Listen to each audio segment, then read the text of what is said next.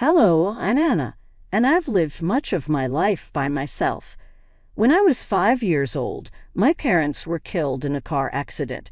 My grandmother took it upon herself to raise me. Being with her was like having an anchor, a compass, and a family. My then fiancé Mark gave me the illusion that I had found a new family when she died away just before my wedding. 2 years have passed since our wedding, and we are still residing in the lovely two-story townhouse that I rented for our wedding. We were married there, so it seemed sense to stay there because of the location. After Mark moved his belongings in, I thought we had finally found the ideal arrangement. As an assistant editor-in-chief at a big publishing business, I was able to juggle my career and our family life well, since I worked from home. In this house, there's something special, you know? Sprawled out on our couch after dinner, Mark would frequently remark, "Guests from far and wide can fit in there. This place is perfect for my folks." If he brought this up, I would smile anxiously. "Yeah, maybe," I would respond, attempting to conceal my unease. I never told Mark how anxious I was about having house guests. When his sister Sarah unexpectedly arrived up with her 2 elementary-aged children, Tommy and Lisa, everything changed. As I swung open the door, I beheld their figures, bags slung over their shoulders. "Oh my, come on," Sarah shouted as she pushed by me and into the home. The kids would benefit from spending time with their uncle, you know, from a male perspective and everything. Wilder kids, Tommy and Lisa, sprinted muddy-shod to our spotless living room. I froze. Beaming with delight, Mark materialized behind me. "Jen, you have to admit this is quite awesome. Sarah can handle the workplace while the kids stay in the guest room." The workplace? The words escaped my lips painfully. However, I do my job there. "You can work anywhere, honey," he remarked, already lugging their bags upstairs. "It's only for the summer break." On that first night, I slept through Sarah's children arguing over the TV remote and her complaints over the food I had prepared. Little did I know that this would only be the beginning of the mayhem downstairs. Little did I realize that this would be the first of many occurrences that would eventually cause my marriage to fall apart. The weeks that followed were the worst. The children of Sarah were utterly unruly. Even though I had edited several works for young adults about problematic teens, I had never witnessed children act in such a way. "Excuse me, you dimwit." Tommy, whose hands were smeared in what I assumed was merely dirt, would scold me from across the breakfast table. I would like pancakes. Try to talk him out of it. "Hi, I'm Anna, or Aunt Jen, and I'd like you to wash your hands before I introduce myself." Lisa would interject with an insincere, "Whatever, dummy," before purposefully dropping her orange drink on the floor. "You aren't truly family, so we don't have to listen to you," Mom explains. "Kids will be kids, or they're just expressing themselves," would be Sarah's responses whenever I looked at her, but she would instead sit there fiddling with her phone, and I would turn to her for correction. Sarah stormed into my living room office where I had set up shop one especially hectic morning, interrupting my efforts to meet an important business deadline. She made an announcement about the children's lunch as if I were her personal chef, something devoid of sugar and organic, perhaps some handmade juice and gluten-free sandwich options. "Sarah, I am facing a critical deadline," I said. She quickly cut in with an exclamation point and a rolling eye. "All you do is type away at your computer at home. Compared to being a mother, that isn't really effort." My days seemed to stretch on interminably as I juggled cooking, cleaning, and attempting to finish off my work assignments. Every day, the kids would destroy their rooms, hurl food during meals, and wipe their dirty hands on the walls. And the worst thing? It was as if Mark had no idea what was going on. It seemed like the school holidays went on forever, but they finally came to an end. I separated Mark from Sarah and the kids the morning they left to have a serious talk. "Mark, we have to discuss what transpired," I said, my energy dwindling from the turmoil. "I don't understand. Having them here was fantastic, he responded, sounding truly perplexed. Absolutely not. She did nothing to assist. The children of your sister were unbelievably rude, and I was unable to perform a single task. Never invite anyone else without first talking to me. Nodding, Mark appeared surprised. Sure, sweetheart. Next time, I will make sure to consult with you beforehand. I dedicated the following weeks to repairing our house and my mental health. My job deadlines had accumulated to a dangerous level, and the walls needed repainting. The furniture also needed a thorough cleaning. While I was thinking about this, a key detail of our lease agreement came to mind. I should mention that our landlord is really strict about guests. I stated one evening to Mark, there are particular provisions regarding it in the agreement. With an air of disdain, he waved his hand. Put that out of your mind.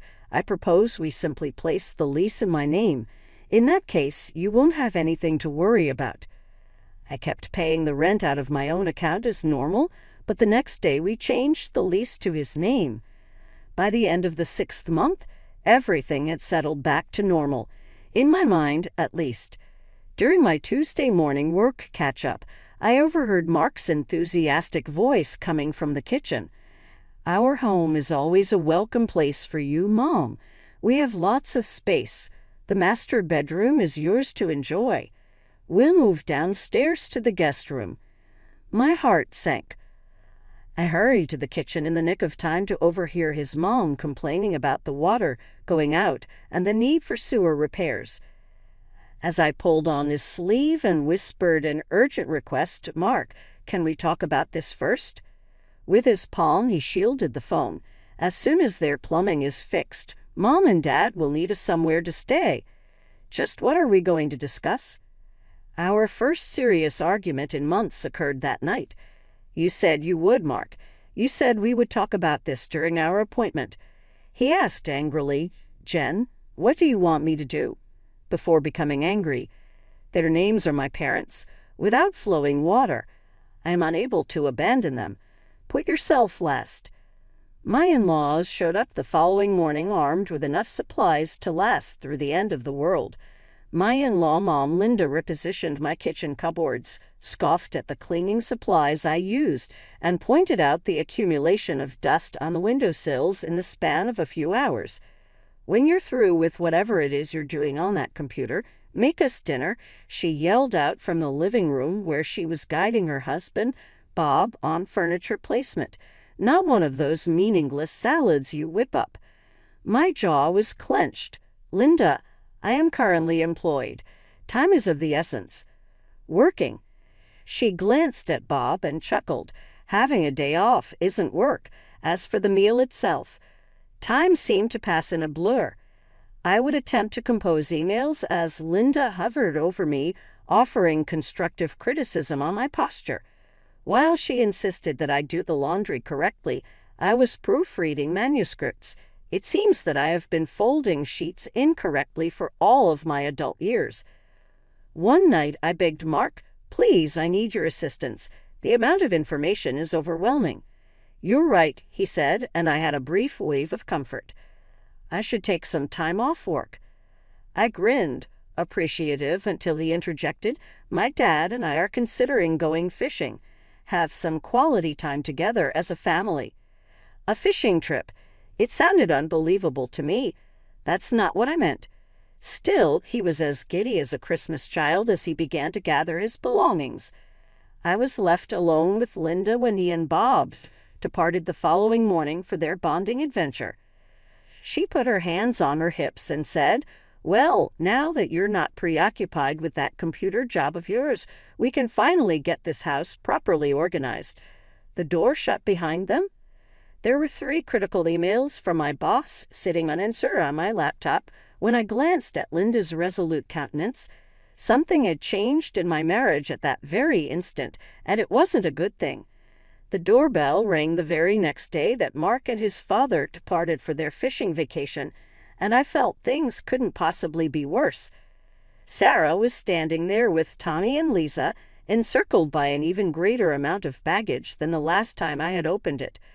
She shouted surprise as she pushed by me, carrying her children behind her. The grandkids had been wailing for their caretakers. We just couldn't resist. I remained frozen in place at the entrance, unable to comprehend the events unfolding before me. Squealing with joy, Linda materialized behind me. My babies. The kids were embraced by her. My lovely Sarah, you make it in the nick of time. Anna was just going to begin making supper. My publishing team and I were ready to embark on a crucial video session, and I had no intention of starting supper. However, that was disregarded. Actually, I informed myself, I have an important work meeting. Always with the excuses, Sarah scoffed. Mom told me you just sit at that computer all day pretending to work. What followed was a period of excruciating agony. I was stymied in a house of mayhem as Mark and Bob went fishing. The children went ballistic as they raced through each area, destroying everything in their path. In her spare time, Sarah would video chat with her pals and gripe about my food. Linda was always finding fault with me. No one did anything to assist, but everyone had an opinion about how little I was doing. I was prepared for an in-depth discussion when Mark and his dad got back from their fishing excursion 5 days later. In my mind, I had practiced being stern but fair while also describing how hopeless the situation had grown. Mark rushed gleefully through the door before I could utter a word. Isn't this amazing? He embraced the mayhem in our once tranquil home with open arms. Every member of the family here. There ought to be more of this. The room spun around me, more often. Yeah, he repeated with a smile. While out on the water with Dad, I was telling him, you know what would be fantastic? If we could all just hang together for a bit and act like a family. I had barely finished cleaning the floor when the kids sprinted by us, dragging mud with them. From upstairs, Sarah made a ruckus about how she needed new towels. It was almost time for dinner when Linda showed up to remind me. Mark, I choked out, can we talk privately later? He pushed me away and said, Honey, Dad is showing everyone the pictures from our trip. All night long, I listened to the mayhem above from our small guest room. His parents had moved into our bedroom, so now it creaked with every sound. Even though it was late, Sarah's children were still playing. Once again, someone was utilizing the microwave. My employer had sent me an email again, and this time it said, Second missed deadline this week. I was taken aback. A conversation is in order. A horror has taken over my life. Strangers treated me like a housekeeper. My children wrecked everything they touched, and my husband either couldn't or wouldn't look. I got up bright and early the following day, intent on doing my tasks before everyone else. My home office had become my last refuge from the mayhem around me, so I began to fortify it, but my spirits plummeted the moment I opened the door. Tani and Lisa were lying on the floor, encircled by construction paper, gluing what appeared to be half of the garden's dirt, as Sarah sat at my desk with my laptop open before her. Sarah spoke the words, Oh, good, you're up, but she paid me no mind. Tomorrow is the deadline day for the student's school project. Your laptop is being used for research purposes. That's my laptop for work, I said, attempting to modulate my voice. I have deadlines. Stop being so egotistical, Sarah interrupted me. This will help them learn. No need to worry about that small typing task for now. Mark was rummaging through his work briefcase when I discovered him in the kitchen. Mark, I set up. My workplace is under their control. My laptop is being used by them. No way am I going to be able to work. Not now, Jen, he said as he hurried past me, his eyes glued to his watch. My meeting is going to be delayed because of me.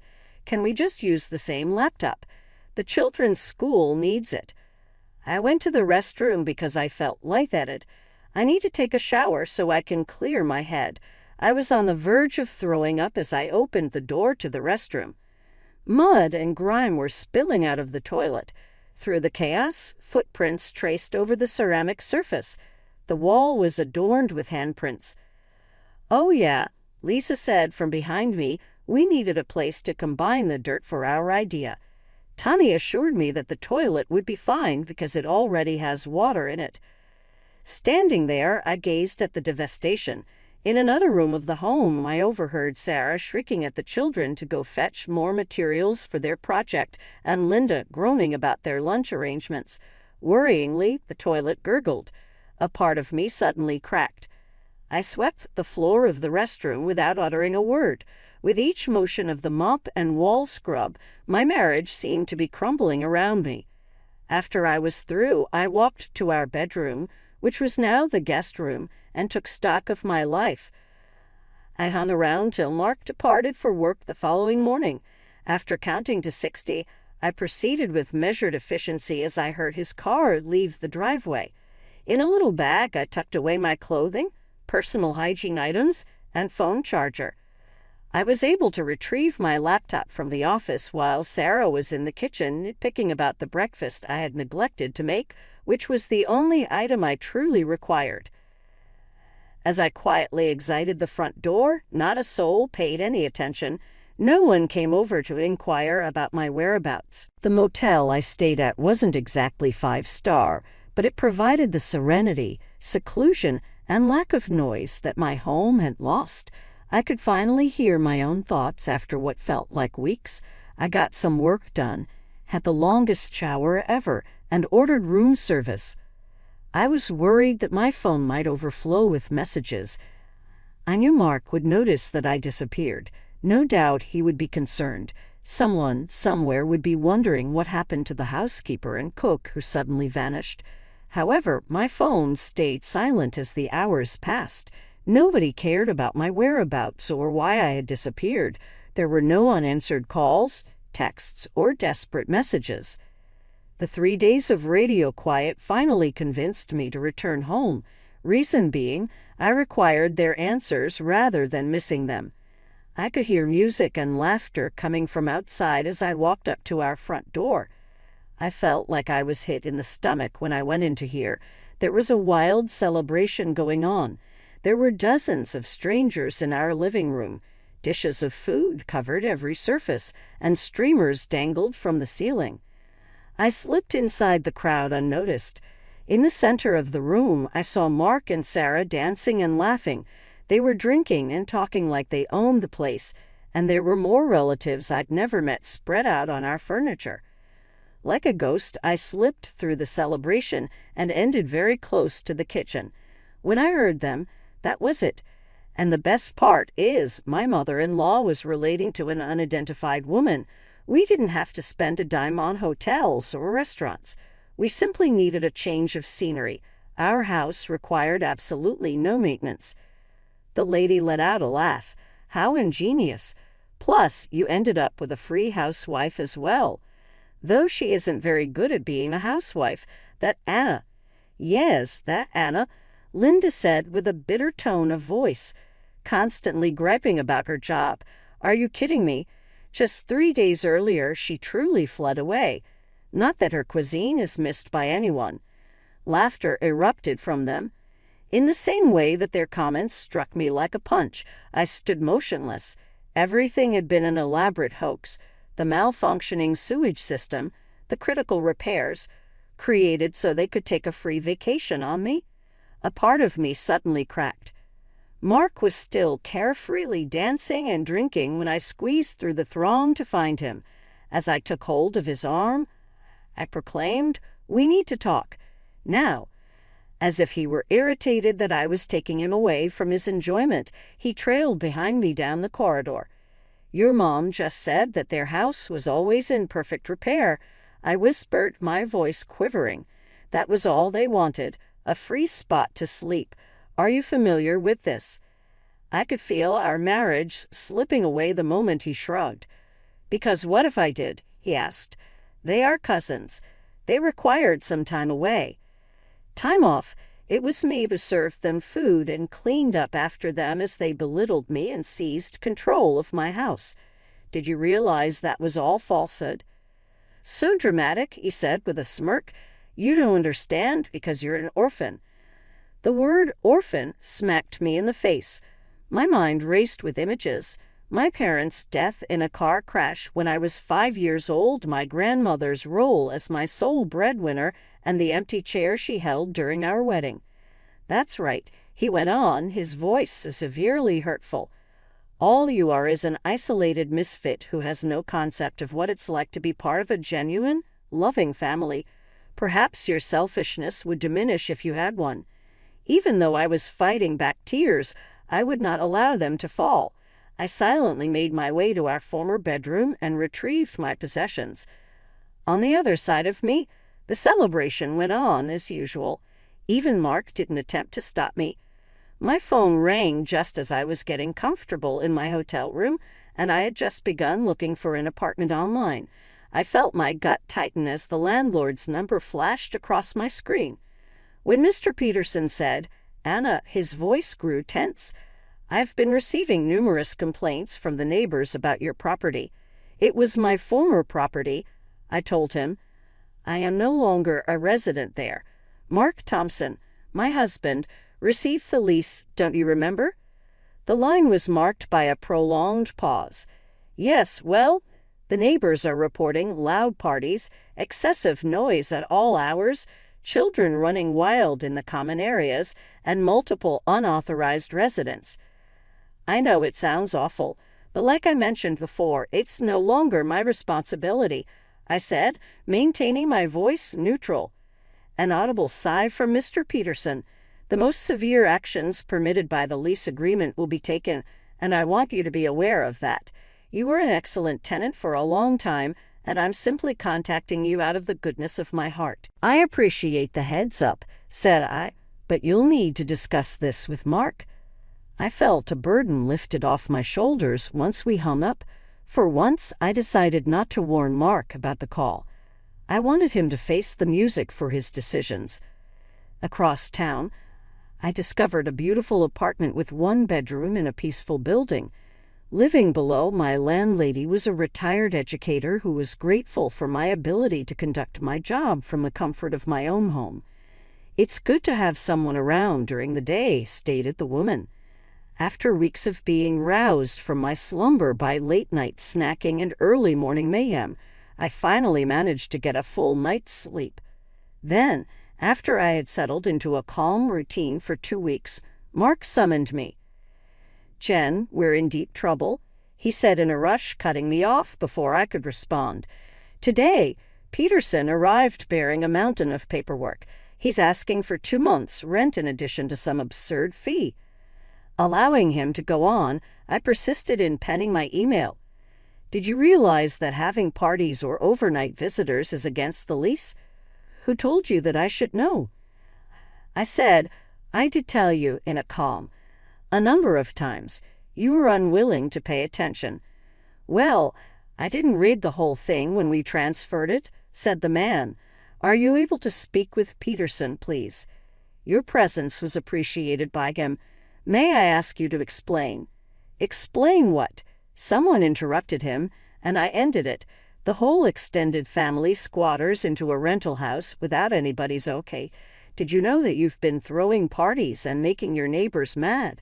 That you disregarded all of my warnings regarding the lease agreement? Desperately, the neighbors contacted the police last night," he continued. "For making too much noise, Mom and Dad were fined.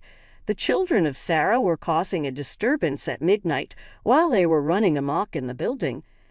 Jen, we are able to rely on you. I have faith in your abilities to deal with this." I recalled the many occasions when I had taken charge and cleaned up there, both actual and metaphorical, messes. "No," I replied plainly. "What do you mean, no?" "No, I am being strictly literal. Remember that you have a large, loving family there to support you. Because I am an orphan living on my own, I will never comprehend the true family you described. Farewell, Mark."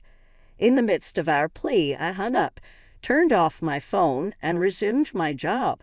I grinned after what felt like an eternity. Karma can be quite self-sufficient at times. My phone rang again the day following Mark's frantic call on the fines. As soon as his name appeared on the screen, I nearly chose not to respond. Whatever he said, though, I felt compelled to listen. "They're gone," he declared without qualification. "A whole family, including Mom, Dad, Sarah, and the kids. Jumps ship. Jen, go home. Returning to the previous state is an option." It was the suggestion that nearly made me chuckle. Go back. It was as if the last few months could be wiped off a wall with a crayon. I remarked, "There's no going back, Mark."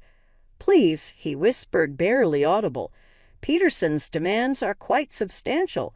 I was wondering if we might divide the fine and the additional rent in half. Without help, I simply cannot afford it." On this occasion, I actually laughed, a sound so piercing and sour that it astonished even me. "Oh, so you're saying you'd like a fair distribution now?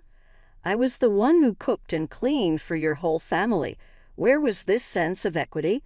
When did they seize control of my workplace, my house, and my life? But what about your real close-knit family?" I spoke up. "With any luck, they will assist you with the payment. Remember that I'm just an isolated orphan who doesn't know what it is to have family." I found out about Mark's eviction from Peterson through our common friend Amy a week after that. According to what she told me, he had brought his belongings to his parents' house, but they had refused him. The sarcasm was nearly poetry. In the tranquility of my new apartment, I was eating dinner when Mark's last call came. My morning-filed divorce papers were spread out on the coffee table. "Please, Jen," he pleaded. "The house and my family are gone. It was my fault. We have the option to begin again later on. I have taken note of this. In my cozy, low-key apartment, I took stock of my surroundings. I had left my laptop on my desk. The spot where I had set my coffee mug remained unchanged. Nothing scribbled on the walls, tracked into the floorboards, or made a mess in the kitchen." "On one point, you're correct, Mark," I whispered. "Everything was taken away from you. However, it was your own decisions that led to its loss. When we were married, you always put your family first. You did it again and again, ignoring my emotions. You stood by silently every time they treated me disrespectfully. I can change. I've already taken the necessary steps to end our marriage," I abruptly interrupted. "And no, we will not be discussing this. The real you and the value you place on me were laid bare by your actions. This is a gift to you. Never again will I squander time wondering." His number was blocked, and I ended the call. The sun was sinking outside my window, casting a kaleidoscope of vibrant pinks and oranges across the sky. A new manuscript was on my desk, ready for my review. Thankfully, my phone stayed silent. Occasionally, I wonder what my grandma would say if she could see me today. She insisted that love, respect, and loyalty are more important than blood when it comes to defining family. Obviously, she was correct, as was her normal. Even if Mark was so harsh as to point out that I am an orphan, I have come to realize something crucial. Being alone does not mean that you are lonely. The family you're born into or married into might not always be the best choice. There are moments when you must rescue yourself, and I did it precisely.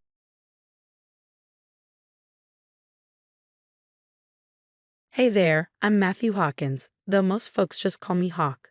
My buddies in the Army gave me that nickname.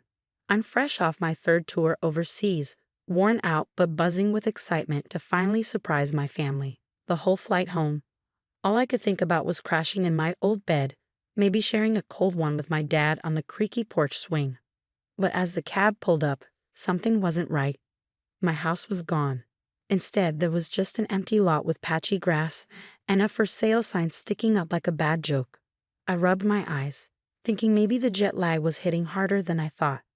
"You sure this is the right address?" I asked the driver, my voice thick with disbelief. He double-checked his GPS. "Yep, this is it. 1247 Maple Street." I stumbled out of the cab, my duffel suddenly weighing a ton. Mrs. Rodriguez, our neighbor, was out watering her roses. Her eyes went wide when she saw me. "Matthew? Oh, honey, is that you?" "Mrs. Rodriguez, what happened to my house?" She put down her watering can, nervously wringing her hands. "Oh, sweetie, I thought you knew. Your stepmother, Harper, sold the place about 6 months ago." I felt the ground shift beneath me. That's impossible. My dad would never. He didn't know, Matthew. It all happened so fast. One day the house was here, the next. Well, you can see for yourself. I clenched my fists, struggling to keep calm. Where are they now? My dad and Lily. She sighed.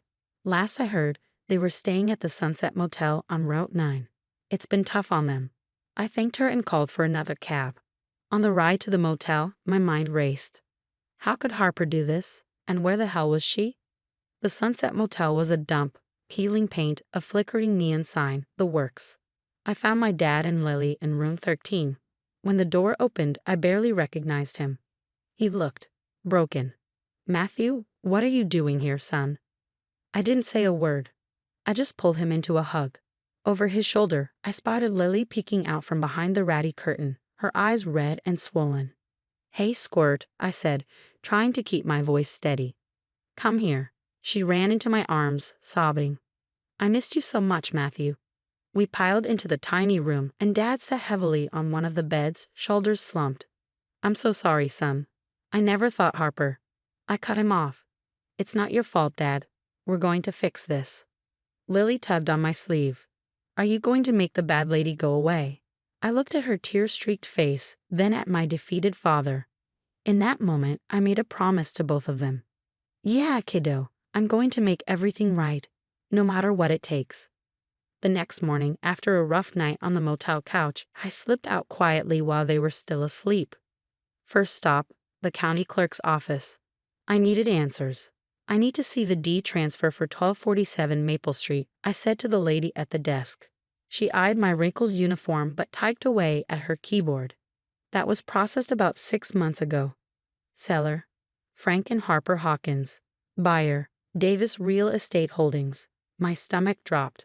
Can I see the paperwork? She pulled up the scanned documents. There it was, my dad's signature. Except it wasn't. I knew his messy handwriting anywhere. This is forged, I muttered under my breath. Excuse me? I shook my head. Nothing. Thanks for your help. Back at the motel, Dad was up, looking more lost than ever. I don't understand, Matthew. How could she do this? I showed him the forged document. His face turned pale. That's not my signature. I never signed anything like that. Find anything. Lily piped up from the corner, where she was coloring. Harper had a special friend. He came over a lot. They always whispered and laughed. Dad and I exchanged glances. Special friend. Lily nodded. Mr. Davis. He sells houses. The pieces were starting to come together. I needed more info. I headed back to our old neighborhood, and Mrs. Rodriguez was more than happy to spill the tea. Oh, honey, it was a scandal. Harper and that Mark Davis fellow were real close. Always meeting for coffee, business lunches. You know the type. Let's just say, I don't think they were discussing property values in the back of his Lexus. My blood was boiling. I thanked her and headed back to the motel. Dad was sitting on the bed, staring at the floor. Talk to me, Dad. What happened after I left? He sighed heavily. I don't know, son. I checked out. Couldn't even get out of bed most days. Harper says she'd handle everything. I thought she meant groceries, not this. Lily climbed into his lap. Daddy was sad. Harper yelled a lot. She said mean things. I knelt in front of them. What kind of mean things, Lily? Her lip trembled. She said we were useless, that Daddy was broken and I was just a burden. I saw red. Why didn't you call me? Dad looked ashamed. She told us you were too busy saving the world, that we'd just be a distraction. I stood up, pacing. That's it. I'm finding Harper. She's going to pay for this. Matthew, no, Dad pleaded. Just let it go. We'll figure something out.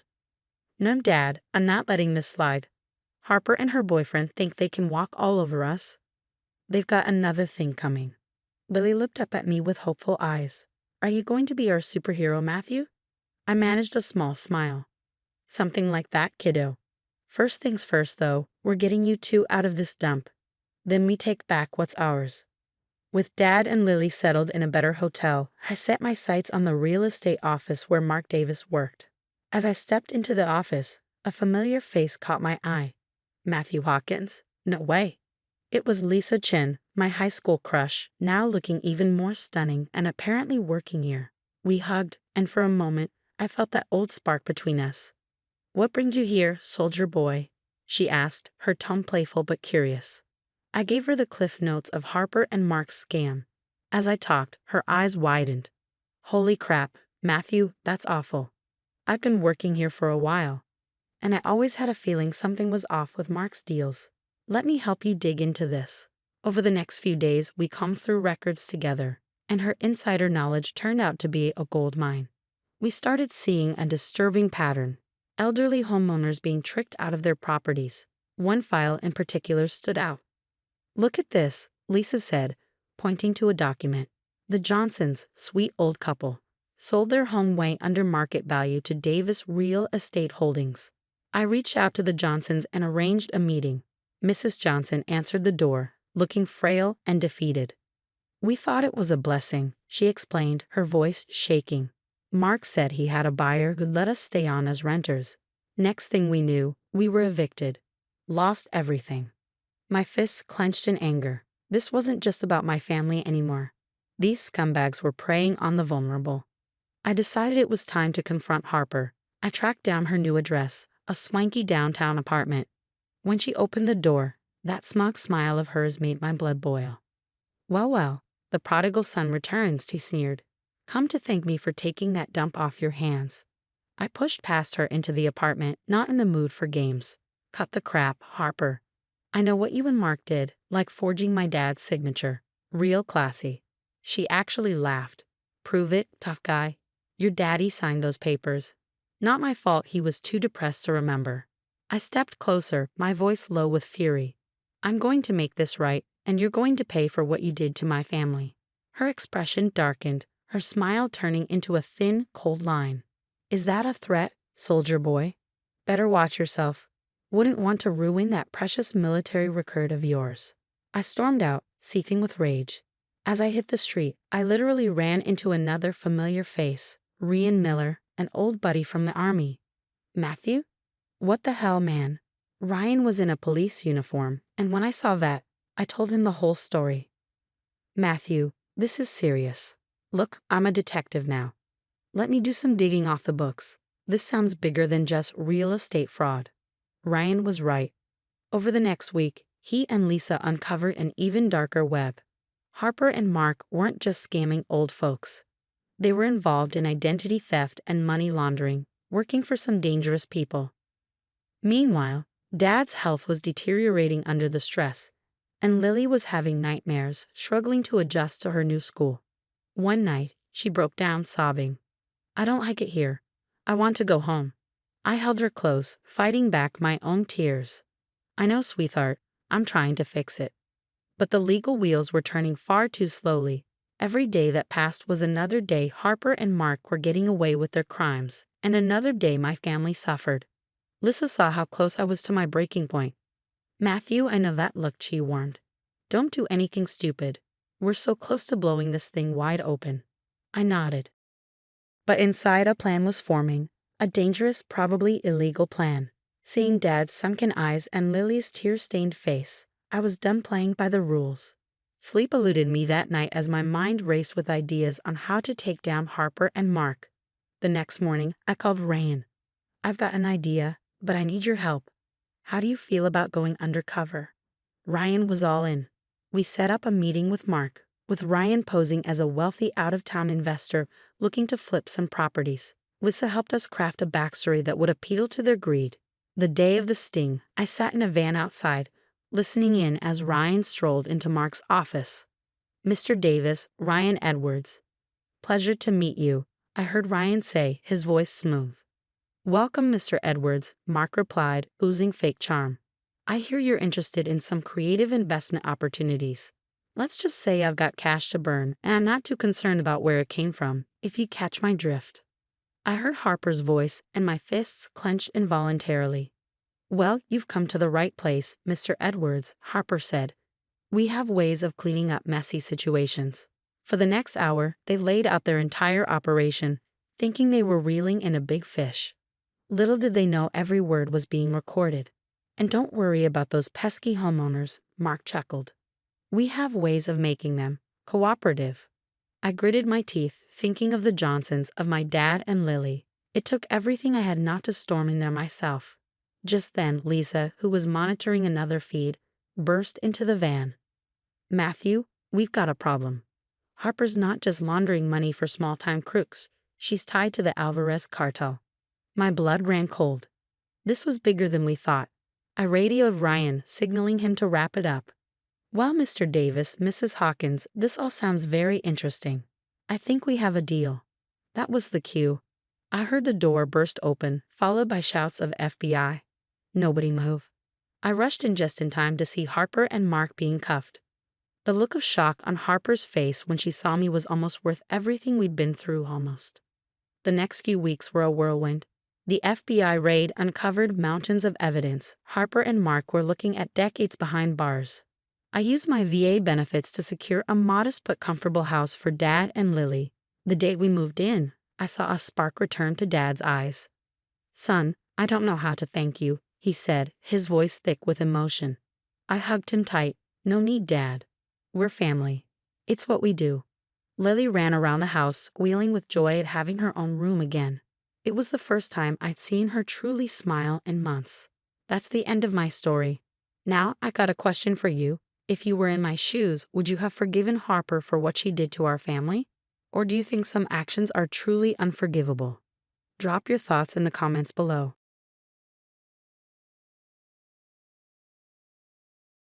Hey, I'm Amanda Thompson, 28 years old, and yes, I'm a lawyer at that Thompson and Associates. My grandfather built this firm from the ground up. And now my father, Richard, runs the show. But trust me, working in the family business is far from smooth sailing. One morning, I'm grabbing my usual coffee when my cousin Eric stumbles in, looking like he's been through the ringer. "Rough night?" I ask, trying to keep things casual. "Some of us actually have lives outside of this place, Amanda," he snaps. Typical Eric. We used to be close, but these days it's like working alongside a ticking time bomb. Before I can respond, my best friend and fellow lawyer Sarah steps in, her voice light but purposeful. "Hey Amanda, got a minute? I need your input on the Hartley brief." As we walk to her office, she whispers, "What's up with Eric lately?" I shrug. "Who knows? Did you meet the new client, Michael Reeves?" Sarah rolls her eyes. "Oh, you mean Mr. Philanthropy? He was pouring it on thick in the lobby this morning." Before I can reply, my mom, Jennifer, breezes in. "Amanda, honey, lunch today." "Can't, Mom. Big case, remember?" She sighs dramatically. All work and no play makes Amanda one hell of a lawyer.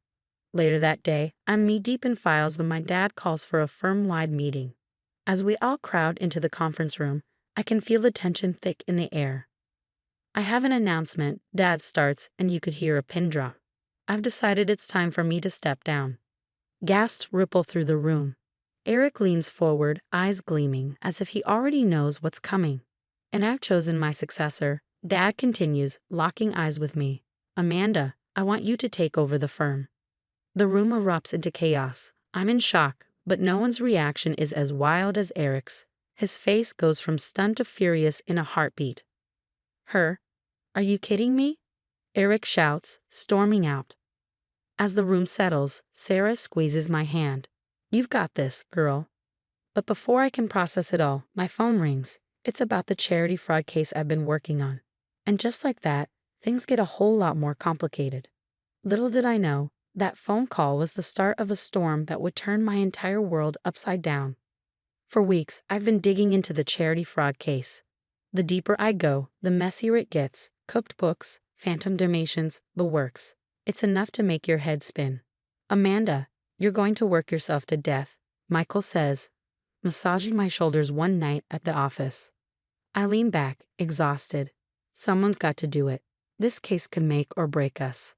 Michael's been supportive through it all. We started dating a few weeks ago, and it's been intense. He understands the pressure I'm under. But Sarah doesn't trust him. "Amanda," she corners me one day, "something's off about Michael. He's always asking about cases he has no business knowing about." I brush her off. "Come on, Sarah. He's just interested in my work. Stop being paranoid." Meanwhile, Eric's spiraling. He shows up late, reeking of alcohol, snapping at everyone in sight. "Eric, get it together," I hiss after he blows up at an intern. "What's your problem?" He glares and storms off.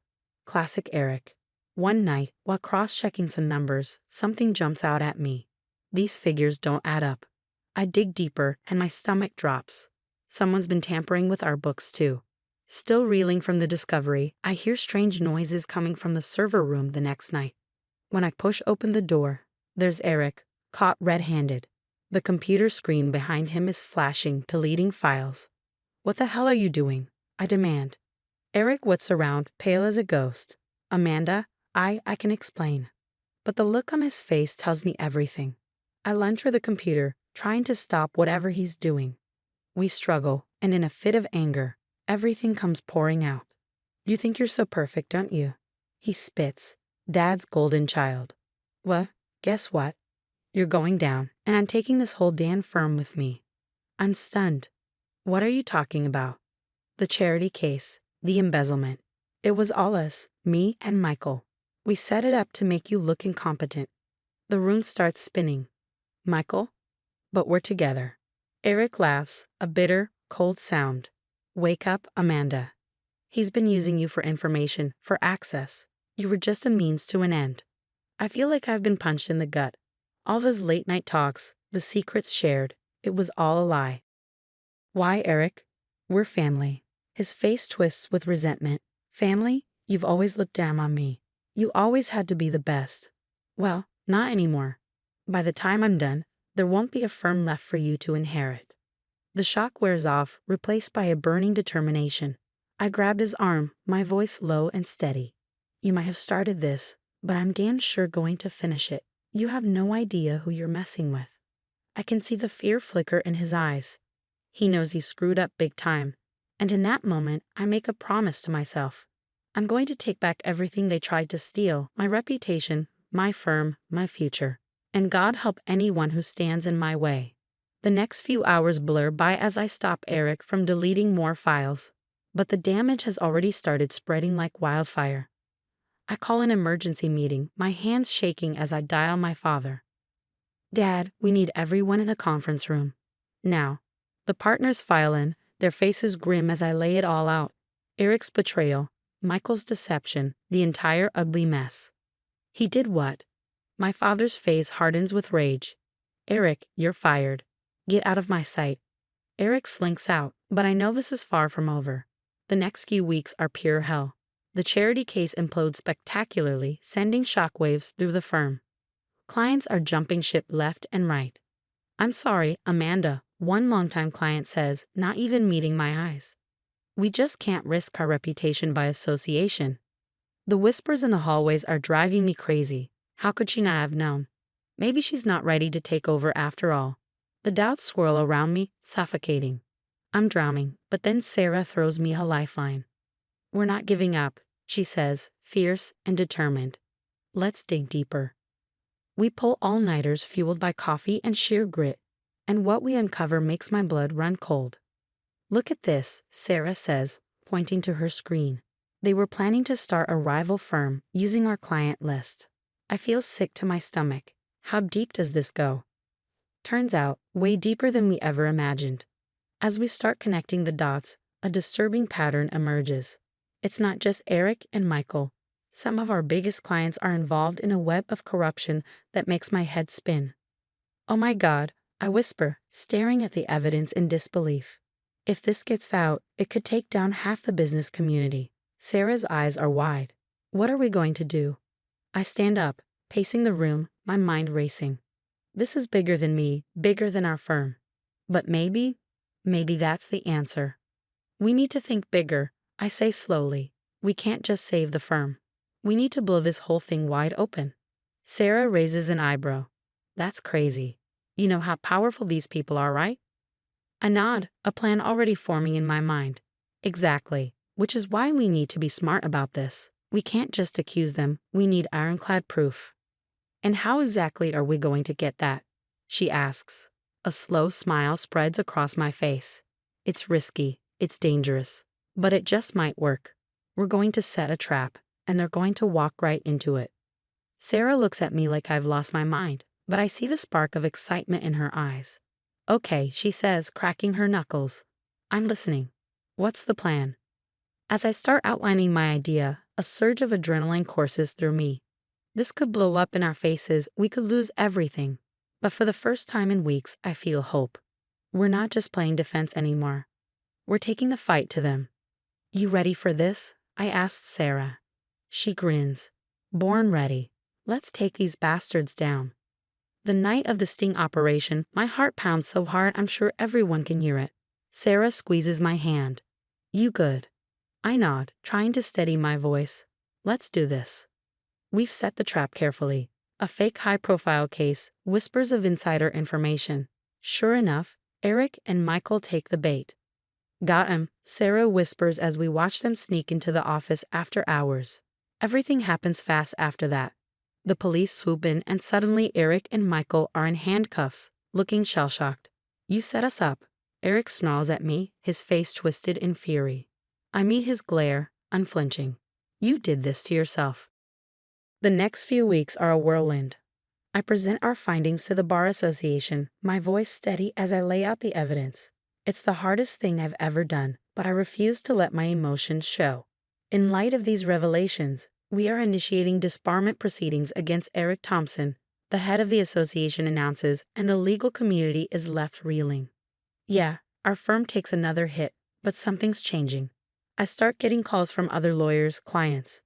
What you did took guts, Thompson, one old-school attorney tells me. This city needed a wake-up call. Dad steps up, postponing his retirement. We'll rebuild together, he says, and for once, I'm glad to have him by my side. We overhaul everything, new security measures, stricter ethical guidelines. It's grueling work, but slowly, surely, we start to see results. Months pass, and the tides slowly turn. Old clients begin to trickle back, and new ones sign on. We want a firm we can trust, they tell me. You've shown what you're made of.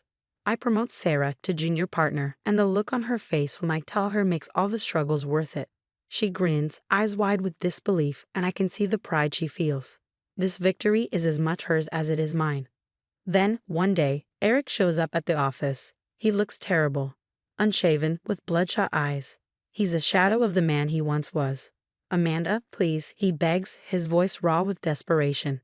I'm sorry. I've learned my lesson. Can't we start over? For a moment, I see the cousin I used to know, the one I share family barbecues and late-night conversations with. But then I remember everything, every betrayal, every lie, and all the damage he caused. No, Eric, I say quietly with a calm finality. We can't. You made your choices. Now, live with them. As he walks away, a strange weight lifts off my shoulders. It's really over. The day I'm officially named managing partner, it still feels surreal. Standing at the podium, looking out at the faces of colleagues, clients, and friends, the realization hits me. We did it. We really did it. Later, in a meeting with our new team, I look around the table. Sarah is at my right hand, and the room is filled with bright, eager faces. Through the window, I see the city skyline, standing tall and proud, a reflection of everything we've rebuilt. All right, team, I say, unable to keep the smile off my face. We've got work to do.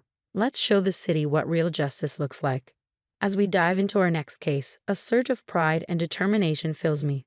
Thompson and Associates isn't just back, it's better than ever. And me? I'm exactly where I belong, leading the charge into a new era of integrity and success. Bring it on, world. Amanda Thompson is just getting started. But a question lingers in the back of my mind. If you were in my shoes, would you have forgiven Eric? Is there a point where family betrayal becomes unforgivable? Or should blood always come first?